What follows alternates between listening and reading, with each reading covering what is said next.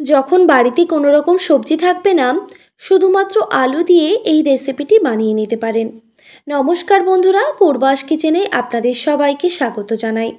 আজকে আমি আলু দিয়ে একটি দুর্দান্ত স্বাদের রেসিপি আপনাদের সঙ্গে শেয়ার করব, সম্পূর্ণ নিরামিষ পদ্ধতিতে।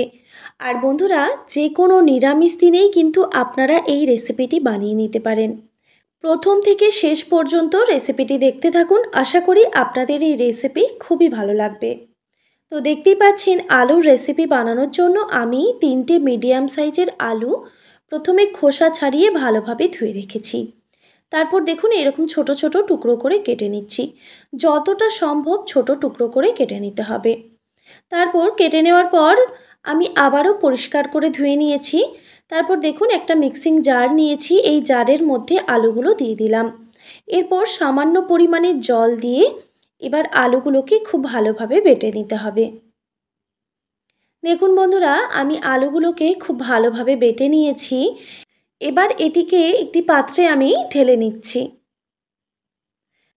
আলুটা যেহেতু বেটে নিয়েছি, তাই একটু হাওয়া লাগলেই দেখবেন একটু লালচে রঙের হয়ে যায়। তবে লালচে রঙের হয়ে গেলেও এই রেসিপির টেস্ট কিন্তু বদলাবে না। এরপর এখানে আমি কিছু উপকরণ মেশাচ্ছি। দেখুন, স্বাদমতো নুন, 1 টিস্পুন মতো হলুদের গুঁড়ো, আর 2 টিস্পুন মতো আমি এখানে জিরে গুঁড়ো ব্যবহার করেছি, আর দিয়ে দিচ্ছি 1 টিস্পুন মতো লঙ্কার গুঁড়ো। এবার এই উপকরণগুলোকে খুব ভালোভাবে মিক্স করে নিতে হবে।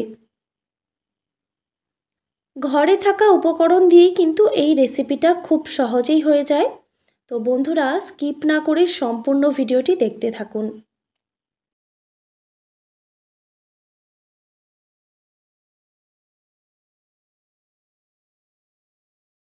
উপকরণগুলো খুব ভালোভাবে মিক্স করে নিয়েছি। এবার এখানে আমি দিয়ে দিচ্ছি প্রায় 4 থেকে 5 টেবিল চামচ পরিমাণে বেসন।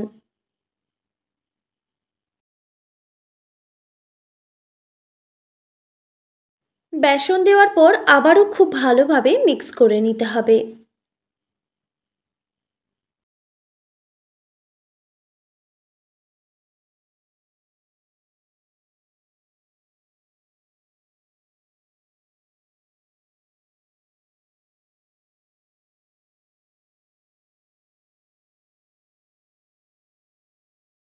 ব্যাটারটা একটু পাতলা লাগছিল, তাই আমি আবারও 2 টেবিল চামচ পরিমাণে বেসন অ্যাড করলাম। তারপর দেখুন আবারও খুব ভালোভাবে মিক্স করে নিচ্ছি। ব্যাটারটা কিন্তু খুব বেশি পাতলা করা যাবে না, আবার খুব বেশি শক্ত করা যাবে না। খুব বেশি শক্ত করে নিলে দেখবেন বড়ার ভেতরে যে গ্রেভিটা সেটা কিন্তু ঢুকবে না ঠিক মতো। তাই খুব বেশি শক্ত করা যাবে না।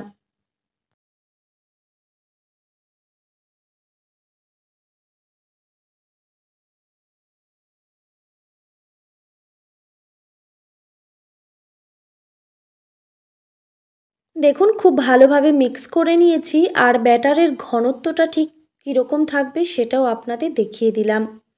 এবার এখানে আমি দিয়ে দিচ্ছি 2 টেবিল চামচ পরিমাণে সর্ষের তেল। সর্ষের তেল দেওয়ার পর আবারও খুব ভালোভাবে মিক্স করে নিতে হবে।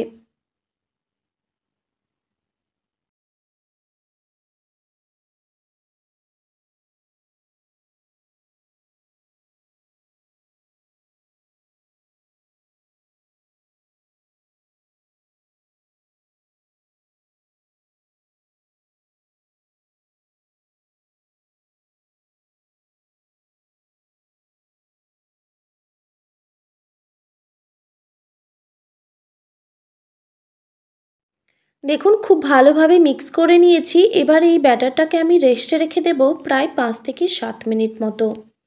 5 থেকে 7 মিনিট পর একটা প্যানের মধ্যে আমি দিয়ে দিচ্ছি পরিমাণ মতো সর্ষের তেল। এবার তেলটাকে খুব ভালোভাবে গরম করে নিতে হবে। তারপর দেখুন এখানে যে আমি ব্যাটারটা রেডি করে রেখেছিলাম, সেখান থেকে আমি 1 চামচ করে ব্যাটার নেব আর এই তেলের মধ্যে দিয়ে দেব। গ্যাসের ফ্লেমটা লো টু মিডিয়ামে রেখে এই বড়াগুলোকে ভেজে নিতে হবে। আর আমি সর্ষের তেল দিয়ে রান্নাটা করছি।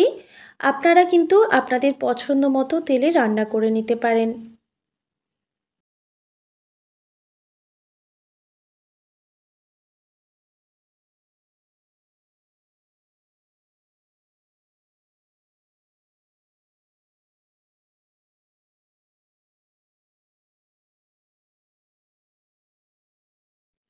এই বড়াগুলোর এক সাইডটা যখন একটু ভাজা হয়ে যাবে তখন খুব সাবধানে উল্টে দিতে হবে। আর আবারও বলছি, গ্যাসের ফ্লেমটা অবশ্যই লো টু মিডিয়ামে রেখে বড়াগুলোকে ভেজে নিতে হবে।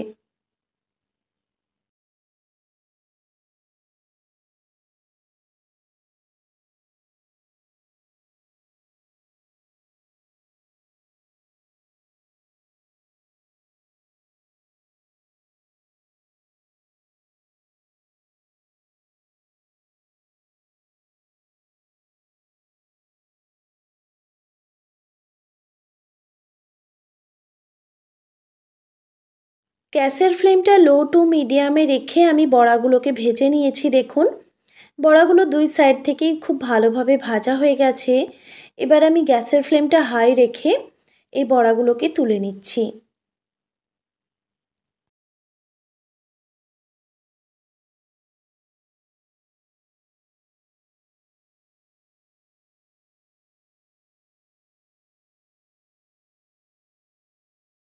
বড়াগুলো সব তুলে নেওয়ার পর ওই তেলের মধ্যেই আমি বাকি বড়াগুলো একইভাবে ভেজে নেব।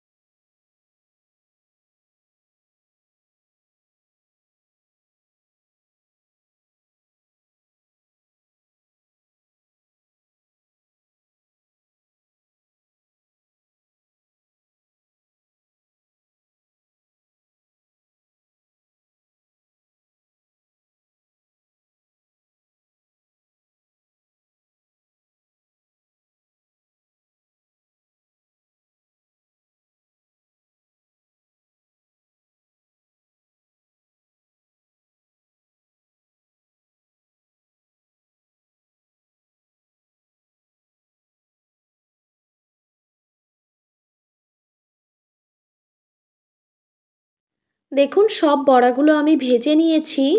আর বন্ধুরা, বড়াগুলো কিন্তু এই রকম গরম গরম খেতে মন্দ লাগে না। এই বড়াগুলো চা বা কফির সঙ্গে খেতে কিন্তু দুর্দান্ত লাগে। আপনারা এইভাবেও বানিয়ে খেতে পারেন, তবে আমি আজকে গ্রেভি বানাবো। চলুন দেখে নেওয়া যাক। ওই প্যানের মধ্যেই দিয়ে দিচ্ছি একটা তেজপাতা, এরপর দিয়ে দিচ্ছি গোটা জিরে হাফ টেবিল চামচ পরিমাণে। জিরে আর তেজপাতা ভাজা হয়ে গেলেই দিয়ে দিচ্ছি 1 টিস্পুন মতো হিং। যেহেতু সম্পূর্ণ নিরামিষ রান্না তাই আমি হিঙের ব্যবহার করছি। আপনারা যদি পেঁয়াজ রসুন দিয়ে এই রেসিপিটা বানাতে চান সেক্ষেত্রে কিন্তু হিঙের প্রয়োজন পড়বে না। এরপর এখানে আমি 1 টেবিল চামচ পরিমাণে আদা বাটা দিয়ে দিলাম। এবার হিং আর আদা তেলের মধ্যে খুব ভালোভাবে ভেজে নিতে হবে। আদা বাটা তেলে দেওয়ার পর কিন্তু গায়ে ছিটতে পারে, তাই অবশ্যই এই সময় গ্যাসের ফ্লেম একদম লোতে রাখবেন। আদাটা যখন ভাজা হয়ে যাবে ভালোভাবে, তখন এখানে আমি দিয়ে দিচ্ছি সামান্য পরিমাণে জল। গ্যাসের ফ্লেম একদম লোতে রেখেই আমি জলটা দিয়ে দিলাম। এরপর এখানে আমি গুঁড়ো মশলা অ্যাড করছি। দিয়ে দিচ্ছি হলুদের গুঁড়ো হাফ টেবিল চামচ পরিমাণে, জিরে গুঁড়ো হাফ টেবিল চামচ পরিমাণে, ধনে গুঁড়ো হাফ টেবিল চামচ পরিমাণে, আর ঝালের জন্য দিয়ে দিচ্ছি শুকনো লঙ্কার গুঁড়ো হাফ টেবিল চামচ পরিমাণে। তবে বন্ধুরা, আপনারা চাইলে কিন্তু ঝালের পরিমাণটা কমিয়ে কিংবা বাড়িয়ে দিতে পারেন। এরপর দেখুন, মশলাটাকে ভালোভাবে কষিয়ে নিতে হবে। গ্যাসের ফ্লেম অবশ্যই লো টু মিডিয়ামে রেখে মশলাটাকে কষিয়ে নিতে হবে। দেখতেই পাচ্ছেন, গ্যাসের ফ্লেমটা লো টু মিডিয়ামে রেখে আমি মশলাটাকে প্রায় 2 থেকে 3 মিনিট মতো কষিয়ে নিয়েছি। এবার এখানে আমি দিয়ে দিচ্ছি টমেটো আর কাঁচা লঙ্কা কুচি। এরপর স্বাদ মতো নুন দিয়ে দিলাম। এবার এই মশলার সঙ্গে টমেটোটা খুব ভালোভাবে ভেজে নিতে হবে। টমেটোটা যাতে তাড়াতাড়ি গলে আসে আর ভাজা হয়ে যায়, সেই জন্য গ্যাসের ফ্লেমটা আমি মিডিয়ামে রেখে একটি ঢাকনা দিয়ে ঢেকে রেখে দিচ্ছি প্রায় 1 মিনিট মতো। 1 মিনিট পর ঢাকাটা আমি সরিয়ে নিলাম। তো এবার দেখে নেব টমেটোটা একটু সেদ্ধ হয়েছে কিনা। দেখতেই পাচ্ছেন আপনারা যে টমেটোটা কিন্তু আগের থেকে অনেকটাই নরম হয়ে গেছে।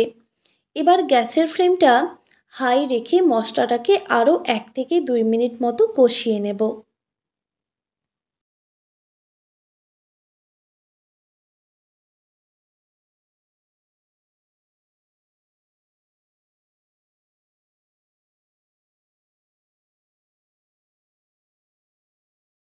দেখুন গ্যাসের ফ্লেমটা হাই রেখে আমি 1 থেকে 2 মিনিট মতো মশলাটা কষিয়ে নিয়েছি। এবার এখানে আমি দিয়ে দিচ্ছি সামান্য একটু ড্রাই কসুরি মেথি। যেহেতু সম্পূর্ণ নিরামিষ রান্না, তাই আমি সামান্য একটু কসুরি মেথি ব্যবহার করলাম। তবে এটা অপশনাল, আপনাদের হাতের কাছে যদি থাকে তাহলে দেবেন, আর না থাকলে স্কিপ করে দেবেন। আর ধনেপাতা যদি থেকে থাকে তাহলে আপনারা কসুরি মেথির পরিবর্তে ধনেপাতাও দিতে পারেন। এরপর মশলাটা যখন ভালোভাবে কষানো হয়ে যাবে, তখন পরিমাণ মতো জল দিয়ে দিতে হবে। আমি এরকম ছোট বাটির মাপ করে 1 বাটি পরিমাণে জল ব্যবহার করেছি। এরপর এখানে আমি দিয়ে দিচ্ছি 1 টিস্পুন পরিমাণে গরম মশলার গুঁড়ো। দেখুন জলটা কিন্তু একটু একটু ফুটে আসছে। তো গরম মশলার গুঁড়ো দেওয়ার পর আবারও খুব ভালোভাবে মিক্স করে নিলাম।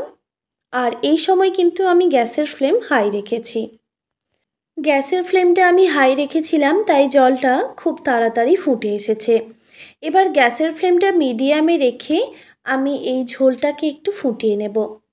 এবার এখানে আমি স্বাদের ব্যালেন্সের জন্য সামান্য একটু চিনি ব্যবহার করলাম। এবার এই ঝোলটাকে আমি প্রায় 1 থেকে 1.5 মিনিট মতো গ্যাসের ফ্লেমটা মিডিয়ামে রেখে ফুটিয়ে নেব। গ্যাসের ফ্লেমটা মিডিয়ামে রেখে আমি 1 থেকে 1.5 মিনিট মতো ফুটিয়ে নিয়েছি। এবার এখানে আমি ভেজে রাখা বড়াগুলো এর মধ্যে দিয়ে দিলাম। তবে সব বড়াগুলো কিন্তু আমি এই গ্রেভিতে দিলাম না। আমি অর্ধেক বড়া রেখে দিয়েছি, কারণ এই বড়াগুলো ভাজা খেতেও মন্দ লাগে না। তারপর দেখুন খুব ভালোভাবে আবারও নাড়াচাড়া করে একটি ঢাকনা দিয়ে ঢেকে রেখে দিচ্ছি প্রায় 5 মিনিট মতো, গ্যাসের ফ্লেমটা হাই রেখে। 5 মিনিট পর ঢাকাটা আমি সরিয়ে নিলাম। তো আবারও আমি খুব ভালোভাবে নাড়াচাড়া করে নিচ্ছি, আর বড়াগুলো দেখুন এরকম উল্টে পাল্টে দিচ্ছি। তাহলে দেখবেন মশলাগুলো এই বড়ার মধ্যে ঠিকঠাক মতো ঢুকবে। আর এই সময় কিন্তু আমি গ্যাসের ফ্লেম হাই রেখেছি। তো আবারও আমি খুব ভালোভাবে নাড়াচাড়া করে নিয়েছি। এবার কিন্তু আমি আর ঢাকা দিচ্ছি না, গ্যাসের ফ্লেম একদম লোতে রেখে আরও 1 মিনিট মতো ফুটিয়ে নিয়েছি। দেখুন 1 মিনিট পর আমি কিন্তু গ্যাসের ফ্লেম একদম অফ করে দিয়েছি। আপনারা দেখতেই পাচ্ছেন যে আমাদের সম্পূর্ণ নিরামিষ কাঁচা আলুর রেসিপি একদম রেডি। এবার এটিকে আমি স্ট্যান্ডিং টাইমে রেখে দিচ্ছি প্রায় 5 থেকে 7 মিনিট মতো। 5 থেকে 7 মিনিট পর আমি ঢাকাটা সরিয়ে দিলাম। দেখতেই পাচ্ছেন আপনারা যে দেখতে কতটা লোভনীয় হয়েছে। এবার এটিকে আমি পরিবেশন করে নেব গরম গরম ভাতের সঙ্গে। আপনারা চাইলে কিন্তু এই রেসিপিটা রুটি, পরোটা, ভাত সব কিছুর সঙ্গেই পরিবেশন করতে পারেন। আশা করি আজকের এই সহজ সরল রেসিপি আপনাদের ভালো লেগেছে। ভালো লেগে থাকলে অবশ্যই একটি like, comment, share and subscribe করে দেবেন, আর পাশে থাকা বেল আইকনটিও প্রেস করে দেবেন। তাহলে নিত্য নতুন রান্নার ভিডিওগুলি আপনাদের কাছে পৌঁছবে। আর ফেসবুক থেকে দেখে থাকলে অবশ্যই একটি ফলো করে দেবেন। ভালো থাকবেন, সুস্থ থাকবেন। দেখা হচ্ছে নতুন কোনো রেসিপি নিয়ে।